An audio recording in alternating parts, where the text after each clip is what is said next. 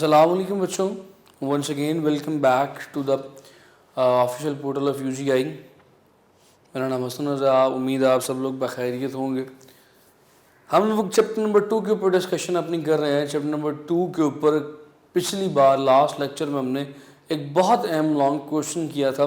उम्मीद है कि लेक्चर सुनने के बाद जब आपने ठंडे दिल से अपनी सारी कैलकुलेशंस को देखा होगा, घर पे बैठ कर सॉल्व करने की कोशिश की होगी, तो फिर आपके लिए कोई प्रॉब्लम नहीं रही होगी।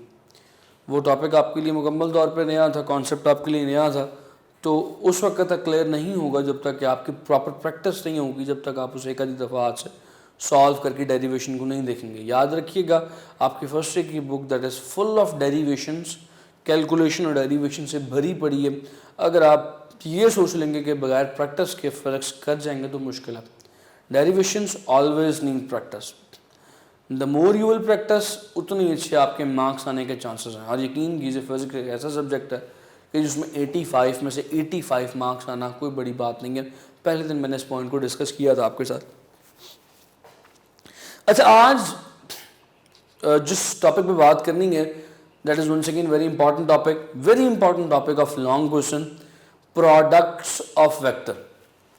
नहीं जी बच्चों, आज फिर आप लोगों ने अपने सारे काम का छोड़ देने हैं। आज के इस लेक्चर पे फिर मुकम्मल तौर पे आपकी तवज्जो होनी चाहिए। आपने बिल्कुल लैपटॉप की स्क्रीन के सामने बैठ जाना है, हैंड फ्रीज और हेडफोन्स अपने कानों में घुसा लेने हैं, इधर उधर की तवज्जो नहीं करनी। एक रजिस्टर या बुक या एक कॉपी अपने सामने रख लेनी है। कोशिश करें कि बुक अपने सामने रखें और बुक के ऊपर चीज़ें मार करते चले जाएं, बुक के ऊपर हेडिंग्स बनाते चले जाएं। पिछले लेक्चर में भी जो हमने बात की थी, अगर तो आपने बुक के ऊपर हेडिंग्स बनाई हैं तो यकीन करें आपको बहुत फ़ायदा होगा। बाज़ों का रजिस्टर आप बेहतियाती में घुमा देते हैं, वो रजिस्टर फिर आपको शायद आपके एग्जाम्स के बाद बेड के नीचे से पढ़ा मिलता है या आपको कहीं दूर से पढ़ा मिलता है। तो कोशिश करें कि बुक पर नोट्स बनाएं। द टॉपिक इज़ जिसे डिस्कस करना है आज, that is product of vectors. शायद आप ये सोच रहे हो कि हमने वेक्टर्स का प्रोडक्ट पहले पढ़ तो लिया। आपने जो चीज पहले पढ़ी है, 2-3 लेक्चर्स पहले जो चीज आपने पढ़ी है, that is not product of vector. You have studied is multiplication of vector with scalar. जो चीज अभी तक आप पढ़ चुके हैं इस चैप्टर के शुरू में, that is multiplication of vector with scalar. आपने एक वेक्टर को एक स्केलर के साथ मल्टीप्लाई करने का तरीका पढ़ा था, जिसमें मैंने आपको एग्जांपल दी थी मार्कर के कैप की, कि मैं मार्कर का कैप अगर खोलना चाह रहा हूं, मैं 10 न्यूटन की फोर्स लगा रहा हूं, ये खुल नहीं पा रहा। तो आप में से कोई कहता बच्चा घर बैठा कहेगा कि सर आप इसे खोल नहीं पा रहे, अपनी फोर्स को डबल करते हैं, दुगना करते हैं, शायद खुल जाए। तो मैंने अपनी फोर्स को 10 न्यूटन से क्या किया, फिर 20 न्यूटन कर दिया। मैंने अपनी फोर्स को, जो कि एक वेक्टर क्वांटिटी है, उससे 2 से मल्टीप्लाई किया, 2 जो कि एक स्केलर है। सो ये काम हमने जो पहले किया, that is multiplying a vector with a scalar. Now जो टॉपिक हम पढ़ने लगे हैं, that is product of vectors, यानी प्रोडक्ट ऑफ 2 वेक्टर्स। दोनों वेक्टर्स को आपस में मल्टीप्लाई करेंगे तो क्या होगा। 2 वेक्टर्स हैं, उन्हें आपस में मल्टीप्लाई करेंगे तो क्या होगा। 2 पॉसिबिलिटीज हैं, 2 जवाब आ सकते हैं, 2 रिजल्ट आ सकते हैं। पहला रिजल्ट ये आ सकता है, 2 वेक्टर्स को मल्टीप्लाई किया, जवाब में जो क्वांटिटी आई, जवाब में जो रिजल्ट आया वो स्केलर है। वेक्टर्स को मल्टीप्लाई कर रहे हैं, जवाब में जो आ रहा है वो क्या है, स्केलर। तो ऐसे प्रोडक्ट को क्या कहेंगे, स्केलर प्रोडक्ट। पहली पॉसिबिलिटी। दूसरी पॉसिबिलिटी, 2 वेक्टर्स को मल्टीप्लाई कर रहे हैं, जवाब में जो क्वांटिटी आ रही है, जो जवाब आ रहा है वो भी एक वेक्टर क्वांटिटी है, उसे कहेंगे वेक्टर प्रोडक्ट। अभी मेरे साथ साथ रहिएगा, जो जुमले मैंने बोले हैं शायद समझ ना आए हो, दिमाग में घुसा लें, अभी चीजें सारी समझ में आ जाएंगी। मैं दोबारा कहता हूं, मैंने कहा सपोज करें कि आप 2 वेक्टर्स को आपस में मल्टीप्लाई कर रहे हैं और बाज़ औक़ात ऐसे होता है कि जवाब में जो क्वांटिटी आती है वो स्केलर होती है। वेक्टर्स को मल्टीप्लाई किया, क्वांटिटी क्या आ गई, स्केलर। तो ये कैसी मल्टीप्लिकेशन थी, ये एक स्केलर मल्टीप्लिकेशन थी कि वेक्टर्स को मल्टीप्लाई किया, जवाब स्केलर आ गया, ये स्केलर प्रोडक्ट होगा। 2 वेक्टर्स को मल्टीप्लाई किया, जवाब वेक्टर आ गया, हमने कह दिया ये वेक्टर प्रोडक्ट है। तो वेक्टर प्रोडक्ट ऑफ वेक्टर की 2 टाइप्स हैं, मैंने आपको बता दी, एक स्केलर प्रोडक्ट और एक वेक्टर प्रोडक्ट। इससे आगे बढ़ते हैं। आज हमने जैसे डिस्कस करना है वो स्केलर प्रोडक्ट है, तो मैं स्केलर प्रोडक्ट की सेपरेट हेडिंग दूंगा, उसी के अंदर आज सारा काम करूंगा। Scalar product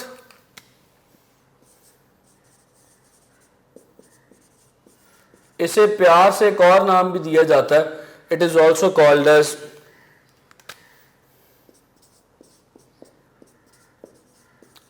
dot product.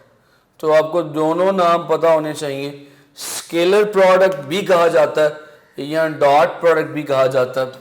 दोनों नाम मैंने आपके सामने लिख ली, स्केलर प्रोडक्ट या डॉट प्रोडक्ट। सो सबसे पहली चीज जो आपने इसकी लिखनी है, दैट इज इट्स डेफिनेशन। क्या जी, कौन सा प्रोडक्ट है जी? When two vectors are multiplied, दो वेक्टर्स को मल्टीप्लाई किया, जवाब में कौन सी क्वांटिटी आई?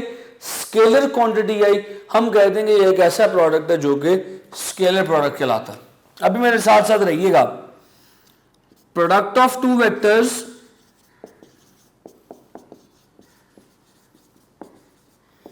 वन गिव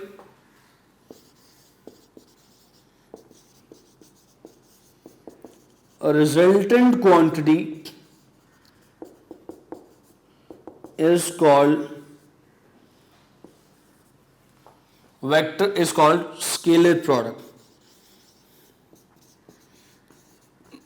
किताब में डेफिनेशन नहीं लिखी हुई थी, लिहाजा मैंने आपको लिखवा दी। दो वेक्टर्स का product of two vectors when give not given when give resultant quantity as scalar is called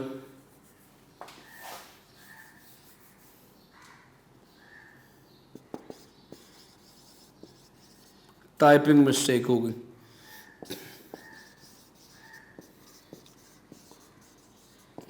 typing mistake हो गई। Product of two vectors when give resultant quantity as scalar, के दो वेक्टर्स को मल्टीप्लाई किया, जो जवाब में क्वांटिटी आएगी वो क्या है? स्केलर है। Such product is called as scalar product या डॉट प्रोडक्ट। अच्छा जी, आपका क्या ख्याल है? आपके ज़हन में कोई ऐसी एग्जांपल है कि जब आप दो वेक्टर्स को मल्टीप्लाई करें तो जवाब में जो क्वांटिटी है वो स्केलर हो? यकीनन आपके ज़हन में एग्जांपल नहीं होगी। अगर ज़हन में एग्जांपल होती तो ये सारी प्रॉब्लम आपको पहले ही क्लियर हो जाती, इस डेफिनेशन में क्लियर हो जाती। सो अब मैं आपको देने लगा हूं एक इसकी example, the very basic example और very famous example of the dot product और the scalar product is when you multiply force with displacement. जब आप फोर्स को डिस्प्लेसमेंट के साथ मल्टीप्लाई करें, फोर्स एक वेक्टर क्वांटिटी है, डिस्प्लेसमेंट एक वेक्टर क्वांटिटी है, पढ़ा हुआ आपने, दोनों को मल्टीप्लाई करेंगे, जो जवाब आ रहा है वो वर्क है, W। Now work is not a vector quantity। Work एक वेक्टर क्वांटिटी नहीं है। आपने फोर्स को मल्टीप्लाई किया डिस्प्लेसमेंट से, दो वेक्टर्स को मल्टीप्लाई कर रहे हैं, जवाब में जो क्वांटिटी आ रही है वो स्केलर क्वांटिटी है। इसीलिए इन दो क्वांटिटीज के दरमियान में डॉट लगाया जा रहा है और इसीलिए इसे डॉट प्रोडक्ट भी कहा जाता है। दो वेक्टर्स को मल्टीप्लाई कर रहे हैं, जवाब में आ रहा है स्केलर। सो ये कौन सा प्रोडक्ट है? स्केलर या डॉट प्रोडक्ट। इसीलिए इसे रिप्रेजेंट किया है with the dot sign in between. अच्छा, यहां तक तो मेरी बात अब समझ में आ गई होगी, स्केलर प्रोडक्ट क्या है, डॉट प्रोडक्ट क्या है। वेक्टर्स को मल्टीप्लाई किया, जवाब आया स्केलर। अब अगली बात मैं बड़ी अहम करने लगूं। जब आप इस फॉर्मूला को एक्सपैंड करते हैं, W is equals to F D, dot उड़ेगा, साथ आ जाएगा कॉस थीटा। ये बात यकीनन थोड़ी सी प्रॉब्लमैटिक होगी आपके लिए कि अभी कॉस थीटा कहां से आ गया भाई। अभी बात ये भी क्लियर हो जाएगी आपको। अभी सिर्फ मेरी बात पे यकीन कर लीजिए, मान लीजिए कि जब हम डॉट को उड़ाएंगे साथ कॉस थीटा आ जाएगा। ये मैंने एग्जांपल दे दी, एग्जांपल के बाद एक्सप्लेनेशन, इसके एक्सपेंशन भी दे दी। डॉट को उड़ाया, कॉस आ गया, क्यों आ रहा है, कहां से आ रहा है। अभी मैं आपकी प्रॉब्लम को दूर करता हूं। इसका एक जनरल फॉर्मूला भी लिख लेते हैं।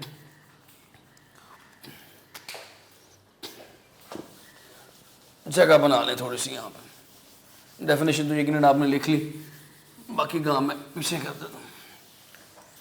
काम बहुत ज़्यादा करना है, बोर्ड की ज़रूरत पड़ेगी तो थोड़ी सी जगह बना लेते हैं। एग्जाम्पल दोबारा लिख देता हूँ यहाँ पे आपके लिए। I have given you the example of work, force vector, displacement vector, expand किया तो वर्क क्या आ गया, एफ डी कॉस थीटा। ये तो मैंने आपको एग्जांपल दे दी, साथ इसकी एक्सप्लेनेशन दे दी, सॉरी एक्सपेंशन दे दी, इस फॉर्मूले को खोल के लिख दिया तो कॉज आ गया साथ। अब एक लिख देता हूँ जनरल फार्मूला जिसमें वर्क ना हो, कोई और जनरल वेरिएबल्स की फॉर्म में, फॉर एग्जांपल फोर्स डिस्प्लेसमेंट नहीं है, कोई जनरल चीज़ है मेरे पास,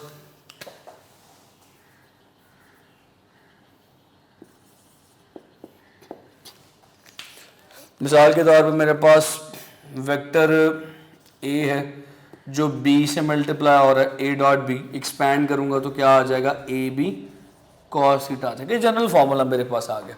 now you must be thinking कि why when I open this A dot b why there is cos theta, ये कॉस थीटा क्यों आता है? इसी चीज को मुझे अब आपको एक्सप्लेन करना। आपके जहन में जो सवाल था कि एफ डी को एक्सपैंड किया तो कॉस थीटा आया, ए बी को एक्सपैंड किया तो कॉस थीटा आ गया, कॉस थीटा डॉट प्रोडक्ट में क्यों आ रहा है, इसी चीज के एक्सप्लेनेशन में आप लोगों को देने लगा हूं।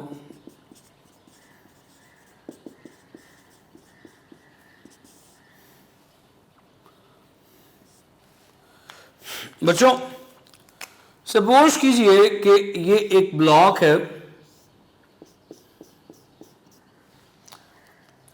That is placed on a horizontal floor, horizontal ground, इसे खींचा जा रहा है एक रोप की मदद, एक रस्सी की मदद से जो कि ऐसे बांधी गई है, उससे इस रोप पे एक फोर्स लगाई जा रही है जो कि एफ है।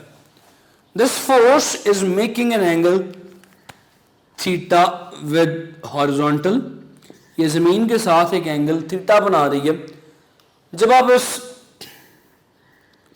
ब्लॉक पे फोर्स लगाएंगे तो क्या होगा, इमेजिन कीजिए कि जमीन पे एक बड़ा सा डब्बा पड़ा हुआ है, मेरी इफ्तारी का सामान पड़ा हुआ है एक डब्बे के अंदर, और मैंने उसे रस्सी डाल के अपने कंधे पे रख के खींचना शुरू कर दिया।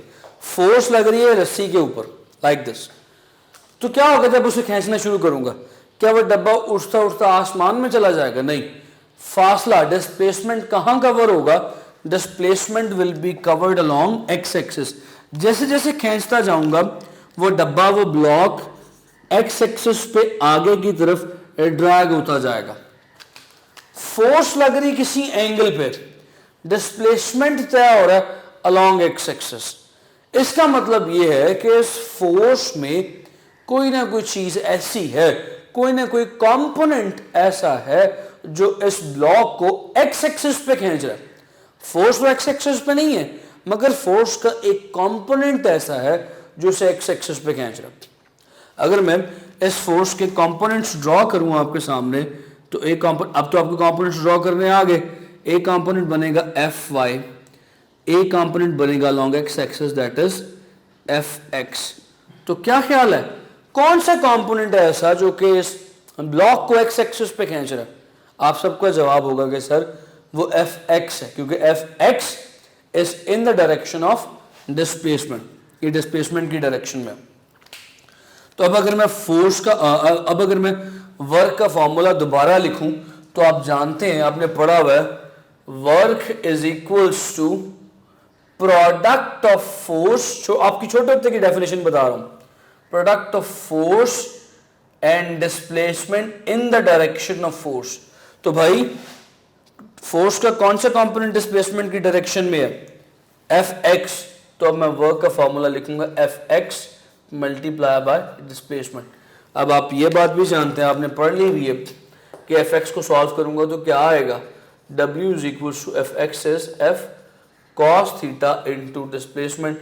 जब मजीद सॉल्व किया तो पता ये चला कि it becomes F D cos theta. इसी तरह याद रखिएगा, आप जब भी किसी भी डॉट प्रोडक्ट को एक्सपैंड करते हैं तो उसमें इफेक्टिव कंपोनेंट, यानी जिस डायरेक्शन की वजह से काम हो रहा हो, जिस डायरेक्शन की वजह से रिजल्ट आ रहा हो, वो हमेशा एक्स कंपोनेंट यानी कॉस कंपोनेंट होता है। तो जब भी जहां भी आप किसी भी डॉट प्रोडक्ट को एक्सपैंड करेंगे, हमेशा याद रखिएगा उसका जो इफेक्टिव कंपोनेंट है, जिसकी वजह से प्रोडक्ट में जवाब आता है, प्रोडक्ट का आंसर आता है, वो हमेशा एक्स कंपोनेंट होता है। हम हमेशा कॉस थीटा लिखते हैं। सो ये सिंपल सी बातें होगी। आप क्या करेंगे, सबसे पहले डेफिनेशन लिखी, डेफिनेशन के बाद एग्जाम्पल, जनरल फार्मूला, फिर थोड़ी सी एक्सप्लेनेशन के कॉस थीटा कहाँ से आया। अगली बात सबसे अहम जो अगली बात है दैट इज कैरेक्टरिस्टिक्स।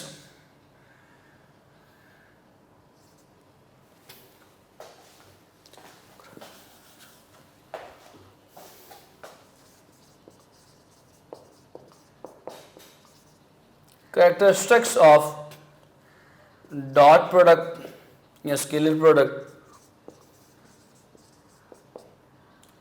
कैरेक्टरिस्टिक्स से मुराद ये है कि ये डॉट प्रोडक्ट है ये किन किन चीज़ों पर डिपेंड करेगा, ये कब मैक्सिमम होगा और कब मिनिमम होगा।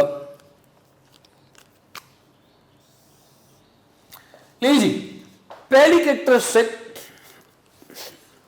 When this dot product is commutative.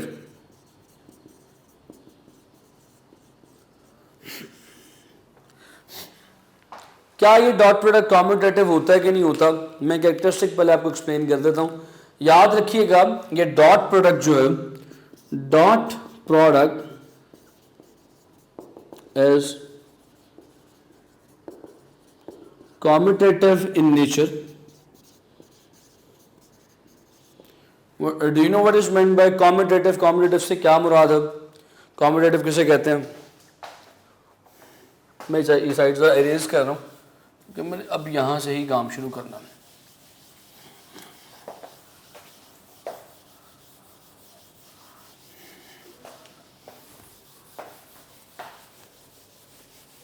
इसी को दोबारा वहां से शुरू कर लेते हैं बिकॉज प्रॉपर्टीज एंड कैरेक्टरिस्टिक्स काफ़ी हैं।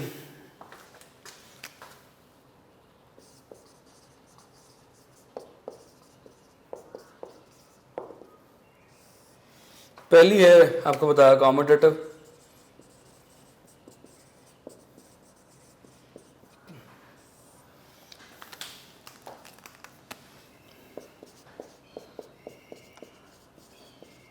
Dot product is commutative. What is meant by commutative? Commutative से क्या मुराद है, अगर लिखा जाए किसी जगह पे ए डॉट बी, याद रखिएगा that is equals to B dot a. इन दोनों में कोई फर्क नहीं होता। A dot B is equals to B dot a. जैसे 2 + 3 5, 3 + 2 ये भी 5। सो दे बोथ आर कॉम्यूटेटिव। इनका ऑर्डर अगर चेंज कर दिया जाए तो कोई फर्क नहीं पड़ता। मैं आपको इसका सबूत कुछ उस तरह से देता हूं कि जब आपने ए डॉट बी फाइंड करना हो तो याद रखिएगा कहानी कुछ उस तरह से होती है, a multiply by b cos theta, जवाब आ जाएगा ए बी कॉस थीटा। और अगर कहीं पे लिखा हो बी डॉट ए तो जवाब कुछ इस तरह से होगा B into A cos theta. Solve करेंगे जवाब बन जाएगा बी डॉट ए का B A B cos theta. यानी कि ये साबित हो गया कि ए डॉट बी जो है that is equals to B dot A. क्या ख्याल है, साबित कर दिया हमने कि dot product is commutative in nature. पहली बात, ये पहली हेडिंग दी, आप इसी तरह हेडिंग्स लेके चलना है। पहली कैरेक्टरिस्टिक में पहली प्रॉपर्टी कॉम्यूटेटिव। दूसरी प्रॉपर्टी, ये प्रोडक्ट मैक्सिमम कब होगा, इसका जवाब मैक्सिमम कब आएगा। देखो यार ये जो ए डॉट बी है बच्चों, this A dot B is equals to A B cos theta. This product depends on cos theta. ये कॉस थीटा पर डिपेंड करता है। तो प्रोडक्ट मैक्सिमम कब होगा, जब कॉस थीटा मैक्सिमम हो। आपको पता है कॉस थीटा की वैल्यू क्या होती है? कॉस थीटा की 0 1 -1। तो कॉस थीटा की मैक्सिमम वैल्यू कौन सी है? 1। Do you know when the cos theta is 1? Cos theta 1 कब होता है? If theta becomes 0 degree. अगर थीटा 0 डिग्री हो जाए, जुमले पे गौर कीजिए कभी सारी बात समझ में आ जाएगी। थीटा 0 डिग्री हो जाए तो cos theta it becomes 1। Cos theta मैं आपको सॉल्व करके दिखाता हूं। कॉस थीटा की जगह आपने 0 पुट करना, इट विल बिकम 1। इसका मतलब क्या है? इसका मतलब ये है कि ये जो ए और बी दो वेक्टर्स हैं, दे मस्ट बी पैरेलल। ए और बी आपस में पैरेलल हो जाए। जब आपस में पैरेलल होंगे तो इनके दरमियान एंगल 0 हो जाएगा, यानी एक ही एंगल पे है, दोनों एक ही एक्सिस पे, एक ही एंगल पे, इनके दरमियान एंगल 0 हो गया, सेम डायरेक्शन में है दोनों। इस सिचुएशन में जब आप इसको सॉल्व करेंगे, यू विल सी दैट कि A dot B is equal to A B cos of 0, तो पता ये चलेगा कि A dot B will become A B cos 0 is 1, यानी कि डॉट प्रोडक्ट क्या है आपका? ए बी, यानी कि मैक्सिमम रिजल्ट आएगा, मैक्सिमम आंसर आएगा। डॉट प्रोडक्ट का जवाब मैक्सिमम कब आएगा? When both vectors are parallel. इसी तरह देखते हैं जवाब 0 कब आएगा? When dot product is 0। बल्कि इससे पहले मैं आपको एक चीज और बता दूं, 0 करवाने से पहले एक और चीज बता दूं। मैंने भी क्या बताया? जवाब मैक्सिमम कब आएगा? जब दोनों वेक्टर्स पैरेलल हो। तो जुमले पे गौर करना, जरा देखिएगा, बताइएगा मुझे आई डॉट आई क्या होगा for unit vectors? I is for along x axis, x axis को एक्स एक्सिस में मल्टीप्लाई किया, एंगल 0 है। याद रखिएगा, सेम, सिमिलर या पैरेलल, एक ही डायरेक्शन वाले वेक्टर्स का प्रोडक्ट मैक्सिमम आता है। तो यूनिट वेक्टर्स में आई डॉट आई, इनका मैग्नीट्यूड 1 होता है। इसी तरह याद रखिएगा जे डॉट जे, इनका प्रोडक्ट 1 मैक्सिमम, के डॉट के product 1 maximum. Parallel unit vectors या सेम यूनिट वेक्टर्स का प्रोडक्ट 1 आएगा। क्यों? क्योंकि पैरेलल केस में जो प्रोडक्ट होता है वो मैक्सिमम आता है। इसी तरह देखिएगा भाई, 0 कब आना? मान लीजिए कि दोनों वेक्टर्स आपस में परपेंडिकुलर हैं, एक वेक्टर अलोंग वाई एक्सिस है, एक वेक्टर अलोंग एक्स एक्सिस है, ये ए है, ये बी है, इनके दरमियान एंगल कितना है भाई? The angle is 90 degree. अब फॉर्मूला क्या है? A dot B is equal to A B cos theta, ऐसी है। लगाओ थीटा की वैल्यू, इनके दरमियान एंगल कितना है? बस थोड़ा सा जगह बना लूं।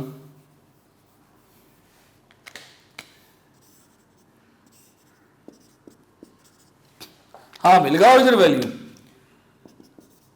A B cos of theta is 90 degree. करो जरा solve, you will get A B is equal to A B cos 90 क्या होता है? 0, यू विल गेट 0 डिग्री। यानी कि याद रखिएगा, दो परपेंडिकुलर वेक्टर्स का प्रोडक्ट हमेशा 0 आएगा। इसी तरह अगर आपसे पूछा जाए, बताओ भाई आई डॉट जे क्या होगा? आई किसका है? एक्स एक्सिस का, जे किसका है? वाई एक्सिस का, आपस में परपेंडिकुलर है। परपेंडिकुलर वेक्टर्स का प्रोडक्ट आंखें बंद करके 0। जे डॉट के क्या होगा? आंखें बंद करके 0। के डॉट आई क्या होगा? 0। परपेंडिकुलर वेक्टर्स का डॉट प्रोडक्ट हमेशा 0 होता है। पॉइंट समझ रहे हो बच्चों? सो मैंने अभी कितनी प्रॉपर्टीज करवा दी? Commutative, maximum, 0। कहानी भी खत्म नहीं हुई। अगली प्रॉपर्टी है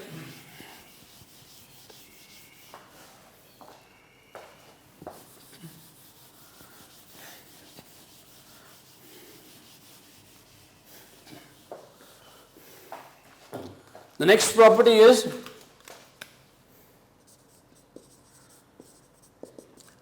नेगेटिव मैक्सिमम। अच्छा, यहां पे गौर कीजिए, कैसे मिनिमम नहीं कहना, इसे नेगेटिव मैक्सिमम कहना। यानी नेगेटिव की कौन सी वैल्यू होती है? 0 जो मैंने लिखा ना, 0 को मिनिमम कहा जाता है, मिनिमम 0 को ही कहा जाता है। अच्छा, आपने ऐसी हेडिंग्स बना के लिखने, मैं आपको हेडिंग्स बना के क्यों लिखवा रहा हूँ? Because each heading can be asked in individual short question.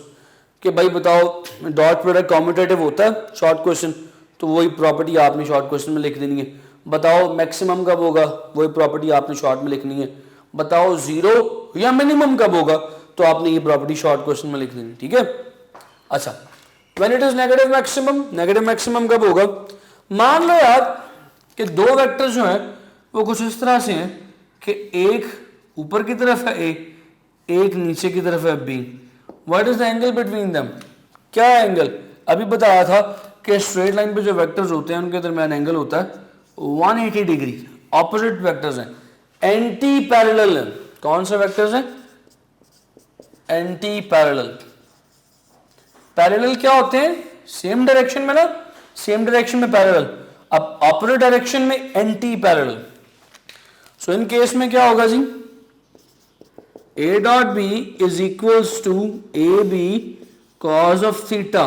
Put कर दो जरा थीटा की value, A B cos of 180 degree. पता है कॉज 180 क्या होता है? कैलकुलेटर पे मारो जरा, बताओ मुझे क्या आता है। It becomes -1। सो जवाब आएगा आपका A dot B is equals to minus A B.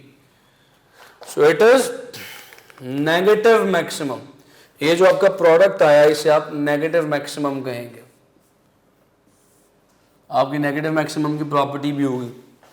अच्छा, एक बड़ी मशहूर प्रॉपर्टी है और एक शॉर्ट क्वेश्चन है आपकी किताब का, what is meant by self square product?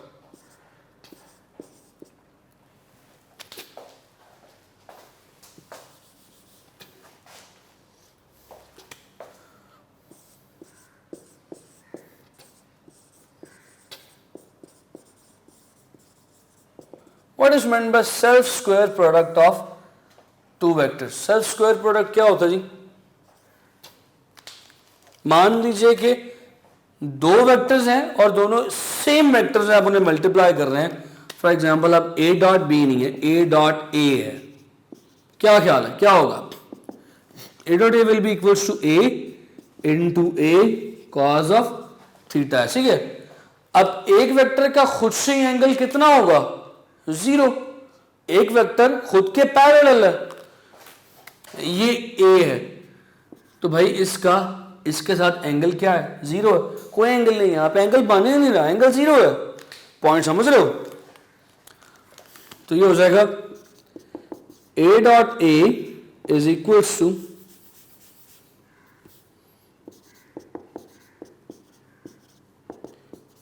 A into a square cos of zero. What is cos zero? अभी बताया था। सो ए डॉट ए याद रखिएगा, a square into 1, cos zero is 1। So 1 multiply करें या ना करें, याद रखिएगा कि जब आप दो सेम वेक्टर्स को मल्टीप्लाई करते हैं, सेल्फ प्रोडक्ट लेते हैं, तो वो स्क्वायर के इक्वल होता है। इसलिए इस प्रॉपर्टी को कहा जाता है सेल्फ स्क्वायर प्रोडक्ट। अपने ही प्रोडक्ट लिया वेक्टर के साथ तो वो स्क्वायर के इक्वल निकला, जिस तरह आप नंबर्स के केस में होता है। ले जी, यहां तक तो मेरा ख्याल है बात समझ में आ गई होगी। अब बात करते हैं इसकी थोड़ी सी ट्रिकी प्रॉपर्टी पे।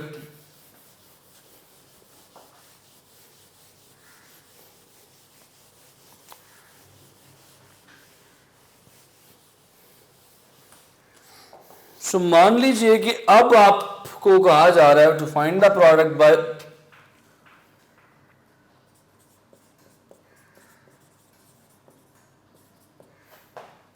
Rectangular components method.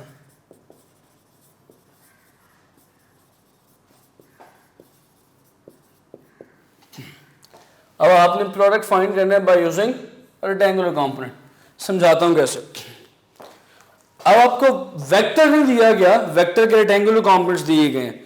मिसाल के तौर पे वेक्टर ए जो है बच्चों, that is equals to A x I plus A Y J plus A Z के लिखे जा सकते हैं ना। ये एक वेक्टर को उसके कंपोनेंट्स की फॉर्म में लिखा जा सकता है, तो हमने ए को उसके कंपोनेंट्स की फॉर्म में लिख दिया।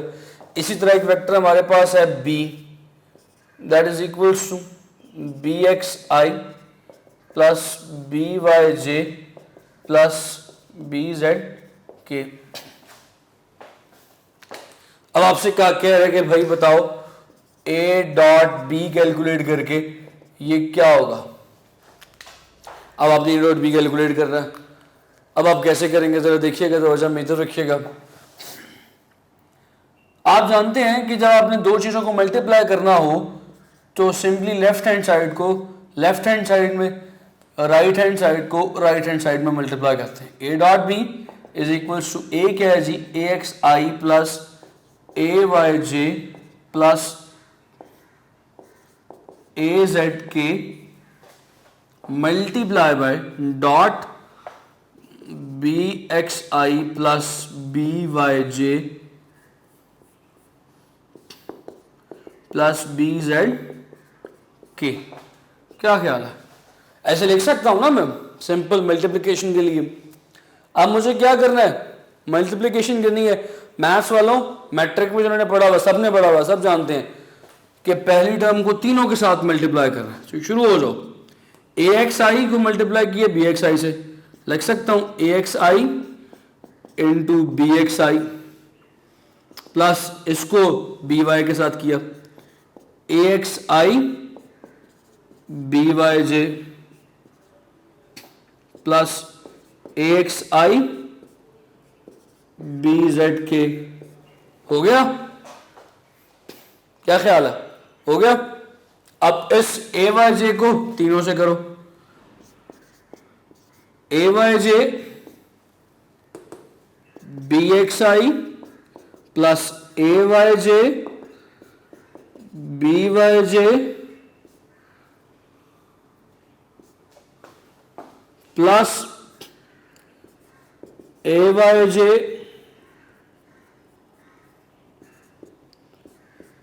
बी जेड के। अब आखिरी वाले को फिर तीनों से मल्टीप्लाई कर दो। ए जेड के इंटू बी एक्स आई प्लस ए जेड के इंटू बी वाई जे प्लस ए जेड के बी जेड के। लो यार, मैंने मल्टीप्लाई करके लिख दिया। अब जो आगे स्टेप में करने लगा हूं, यकीन करें आप कहेंगे कि सर इतना लंबा स्टेप आपने क्यों किया, जब टाइम ज़ाया किया। क्योंकि अभी बताया था आपको कि सेम पैरेलल वेक्टर्स का प्रोडक्ट होता है perpendicular vectors I dot J. अभी किया था, क्या आया था, जीरो बताया था करके, मैंने मिटा दिया, पिछली स्लाइड में किया था। परपेंडिकुलर वेक्टर्स का प्रोडक्ट जीरो है, तो आई डॉट जे जीरो हो गया, आई डॉट के जीरो हो गया, परपेंडिकुलर है ना। J dot I perpendicular zero, J dot जे बच गया, इसको छोड़ दें। जे डॉट के जीरो, परपेंडिकुलर है, जीरो हो गया। के डॉट आई परपेंडिकुलर, के और आई जीरो, फारग। के डॉट जे परपेंडिकुलर, फारग हो गया। अब के और के बच गया, इसको रहने दें। तो बाकी जो बच गए उन्हें कैसे लिखेंगे, मुझे ये मिटाने पड़ेंगे जरा दोबारा।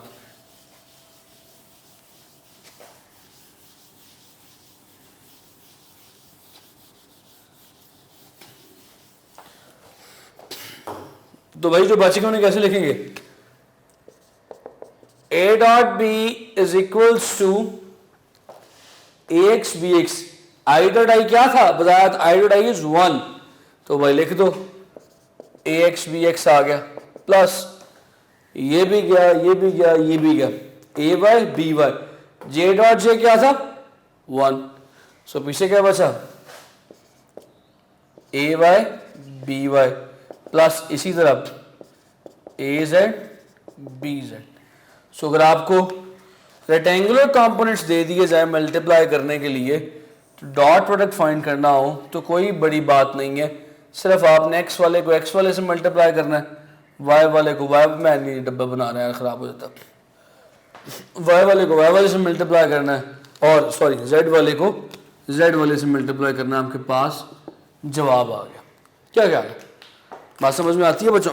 यहाँ तक उम्मीद है कोई सवाल नहीं होगा।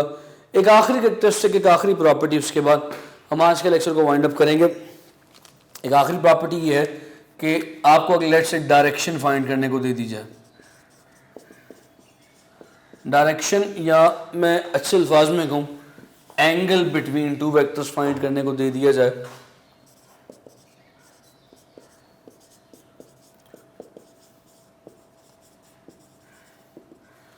फिर क्या करेंगे आप?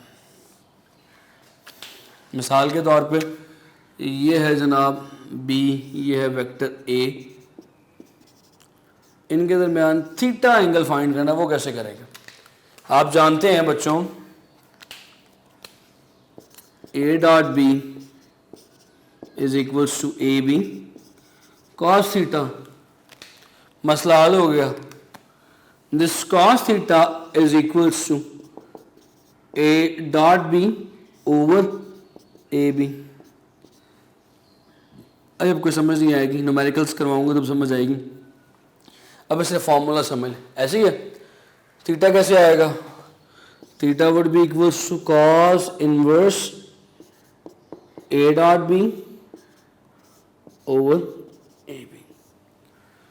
याद रहे ये जो ए बी लिखा होता है ना, मैंने ये मैग्नीट्यूड होता है, इसलिए मैंने यहाँ पे बार्स लगा दी थी, दोबारा लगा देता हूँ। ये आप ये भी कह सकते हैं कि सर ये कैंसिल क्यों नहीं हो रहा? ये कैंसिल इसलिए नहीं हो रहा क्योंकि ऊपर मैग्नीट्यूड है, ऊपर वेक्टर फॉर्म में लिखा हुआ है, नीचे मैग्नीट्यूड है, इसलिए कैंसिल नहीं हो रहा। ठीक है, सो इसको भी फिलहाल यहाँ पे एहतमाम करते हैं। ये 5-6 प्रॉपर्टीज़ थी इसकी, और आपने इसी तरह ये प्रॉपर्टीज़ लिखनी है। दोबारा बता देता हूँ प्रॉपर्टीज़ कौन कौन सी थी। पहली प्रॉपर्टी आपको बताई थी कॉम्यूटेटिव है, दूसरी प्रॉपर्टी बताई थी मैक्सिमम कब होगा। मैक्सिमम में मैंने बताया था आई डॉट आई 1, जे डॉट जे 1, के डॉट के 1। फिर बताया था परपेंडिकुलर वेक्टर्स में जीरो होता है, जीरो की प्रॉपर्टी बताई थी, जीरो को बताया था कि मिनिमम भी कहते हैं। फिर उसके बाद प्रॉपर्टी आपको बताई थी जैसे नेगेटिव मैक्सिमम कहते हैं। नेगेटिव मैक्सिमम कब बताया था कि जब दोनों वेक्टर्स आपस में एंटी पैरेलल हो, एक ऊपर और एक नीचे, एक दाएं एक बाएं, शायद यहाँ पर किया वो मिट गया, तो उस केस में जो जवाब आता है वो नेगेटिव में आता है। फिर उसके बाद बताया था dot product of rectangular component, उसको सॉल्व करके दिखाया। फिर दो वेक्टर्स के दरमियान अगर थीटा कैलकुलेट करना है तो थीटा के लिए फार्मूला ये बना दी कॉस इनवर्स ए डॉट बी ओवर ए बी मैग्नीट्यूड। राइट बच्चों, ले यहाँ तक मुझे इजाज़त दीजिए। इजाज़त से पहले फिर एक तलकीन करने लगा। The topic is very much important. Topic of dot product जो है बहुत मशहूर है, बहुत इंपॉर्टेंट है। पास्ट पेपर्स उठा के देख लें, कई दफ़ा आया हुआ। डॉट प्रोडक्ट भी कहते हैं, स्केलर प्रोडक्ट भी कहते हैं। लॉन्ग क्वेश्चन में कई दफ़ा बन चुका। इसके बाद जो चीज़ मैंने आगे करवानी है इंशाल्लाह कल के लेक्चर में, that is vector product. Vector product भी इसी तरह ऐसे ही इंपॉर्टेंट है। नोट्स बनाते जाएं, चीज़ें लिखते चले जाएं। अल्लाह करे कि मेरी ज़ुबान में असर हो, आप तक मेरी बात पहुँचे, आपको चीज़ें समझ में आएँ और आप चीज़ें नोट करते चले जाएँ, ऐसे लिखते चले जाएँ, ताकि आपकी जब क्लासेस प्रॉपर शुरू हों तो आपको चीज़ें प्रॉपरली प्रिपेयर हों। बहुत शुक्रिया, थैंक यू, अल्लाह हाफ़िज़। अपना अपने घर वालों का ख्याल रखिएगा।